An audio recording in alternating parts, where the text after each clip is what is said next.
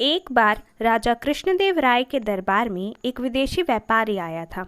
इस व्यापारी ने राजा से मुलाकात कर कहा कि उसने सुना है कि राजा के पास कई सारे मंत्री हैं और उसने इन मंत्रियों की बुद्धिमानी के बारे में काफ़ी कुछ सुना हुआ है।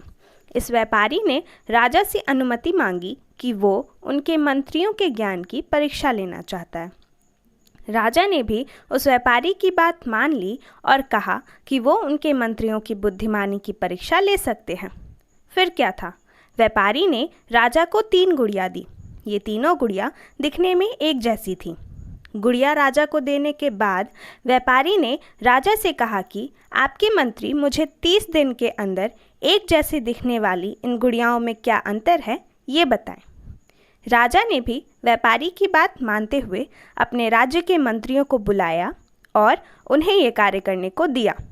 हालांकि राजा ने तेनालीरामा को ये कार्य नहीं सौंपा था, लेकिन लंबे समय तक कोई भी मंत्री ये नहीं बता पाया कि आखिर एक जैसी दिखने वाली इन गुड़ियाओं में क्या अंतर है। फिर राजा ने यही कार्य तेनालीरामा को सौंपा और जैसे ही 30 दिन पूरे हो गए, वो व्यापारी राजा के दरबार में अपने चुनौती का जवाब मांगने आया।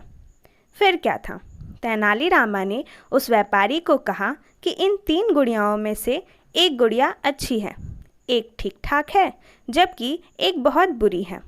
तेनालीरामा के इस जवाब को सुनकर सब हैरान रह गए कि आखिर किस आधार पर तेनाली ने यह जवाब दिया।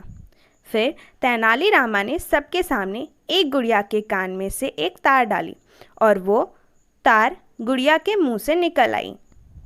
फिर इसी तरह उन्होंने दूसरी गुड़िया के कान में तार डाली और वो तार उस गुड़िया के दूसरे कान से निकल गई और अंतिम गुड़िया के कान में तार डालने पर वो तार किसी भी जगह से बाहर नहीं निकली। जिसके बाद तेनालीरामा ने कहा कि जिस गुड़िया के मुंह से तार बाहर निकली है वो गुड़िया बुरी है, क्योंकि उसको अगर कोई कुछ बताएगा तो वो सबको उस बात की जानकारी दे देगी। वहीं जिस गुड़िया के कान से तार निकली है वो गुड़िया ठीक ठाक है, क्योंकि अगर उसे कोई कुछ बताएगा तो वो उसको ध्यान से नहीं सुनेगी। वहीं जो आखिरी गुड़िया है, उसे जो कोई कुछ बताएगा वो उसे अपने दिल के अंदर रखेगी, इसीलिए वो गुड़िया अच्छी है। इस तरह से तेनालीरामा द्वारा दिए गए जवाब को सुनकर राजा के साथ साथ वो व्यापारी भी हैरान रह गए। लेकिन तेनाली यहाँ पर ही नहीं रुके।